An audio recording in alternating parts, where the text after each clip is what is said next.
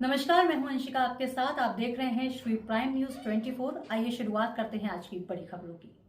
एक सवाल है इलेक्टोरल बॉन्ड्स के बारे में। राहुल गांधी जो हैं वो हर भाषण में कहते हैं और विपक्ष के नेता भी कहते हैं कि इसमें धांधली हुई है। आपकी पार्टी के लोग भी कहते हैं कि अगर गलती है, अगर इसमें कोई गुंजाइश है इसके सुधार में तो वो कर सकते हैं। क्या ये गलत फैसला था इलेक्टोरल बॉन्ड्स का? पहली बात है कि हमारे देश में लंबे अरसे से चर्चा चली है कि चुनावों में काला धन एक बहुत बड़ा खतरनाक खेल हो रहा है। देश के चुनावों को काले धन से मुक्ति मिले, इसके लिए कुछ करना चाहिए। चर्चा लंबे समय से चल रही है। चुनाव में खर्च तो होता ही होता है, कोई इनकार नहीं कर सकता है। मेरी पार्टी भी करती है, सब पार्टियां करती हैं, कैंडिडेट भी करते हैं,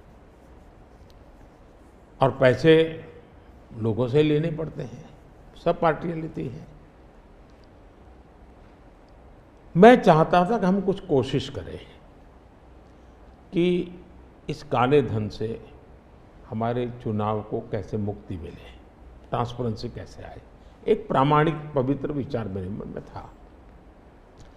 रास्ते खोज रहे थे, एक छोटा सा रास्ता मिला, वही पूर्ण है। वैसे हमने उस समय भी क्लेम नहीं किया था, पार्लियामेंट में डिबेट में सबने उसको सराहा भी था। आज जो लोग उलट पुलट बोल रहे हैं उन्होंने सराहा था, पार्लियामेंट डिबेट देख लीजिए। हमने कैसे कैसे काम किया, जैसे 1000 और 2000 के नोट खत्म कर दिए। चुनाव में वही बड़े बड़ी मात्रा में ट्रैवलिंग करते हैं, क्यों कि ये काला धन खत्म हो।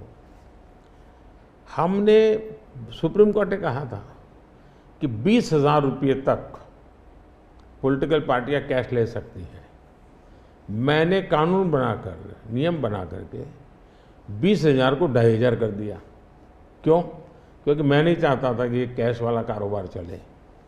फिर मैंने कहा है कि इलेक्टोरल बॉन्ड, कि जो पार्टी अपना सीक्रेसी मेंटेन करना चाहती है।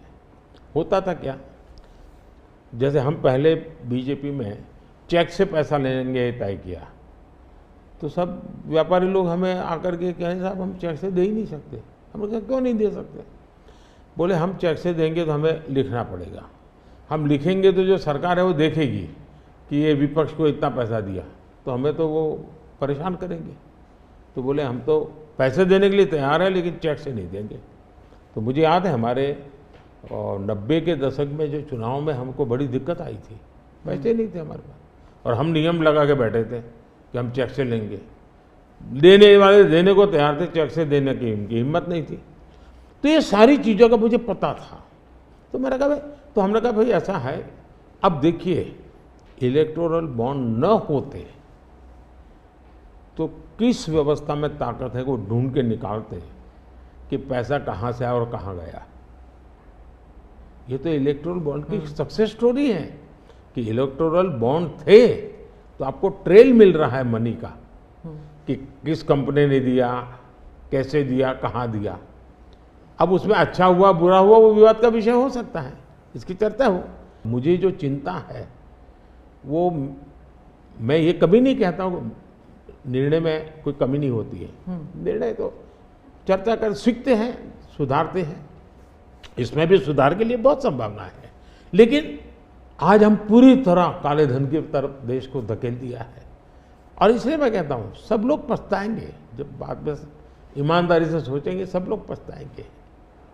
अब देखिए इलेक्टोरल बॉन्ड का भी विशेषता देखिए कैसा झूठ चल रहा है। कुल देश में 3,000 कंपनियों ने इलेक्टोरल बॉन्ड दिए हैं।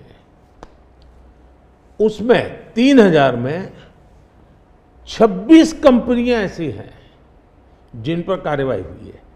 ये कहते हैं ना ईडी वीडी टिकना फला, 3,000 डोनर है, उसमें सिर्फ 26, और उनमें से 16 कंपनियां ऐसी थी छापा जब लगा उस समय बॉन्ड खरीदा। कोई जोड़ सकता है इसको? अगर बॉन्ड खरीदा, लोग ये जोड़ रहे हैं, उसकी विशेषता ये है कि ये जो 16 कंपनियों ने बॉन्ड खरीदा उसमें से 37 पैसा अमाउंट बीजेपी को डोनेशन में मिली। 37, 63% बीजेपी के विरोधी पार्टियों को मिली। अगर पूरे जोड़े जाएं तो हाँ। मैं ये 16 कंपनी जिसका ईडी सीबीआई कोई न कोई उस समय एक्शन भी हुआ और बॉन्ड भी निकला, 37% अमाउंट बीजेपी ने, 63 ऑपोजिशन को। क्या ईडी रेड करे और ऑपोजिशन को डोनेशन देने का कार्यक्रम वर्क करे? क्या बीजेपी ऐसा करेगी? इसका मतलब कि 63% पैसा विपक्ष के पास जाए और आप आरोप हम पर लगाएं, लेकिन उनको गोलमोल बोलना है और भाग जाना है।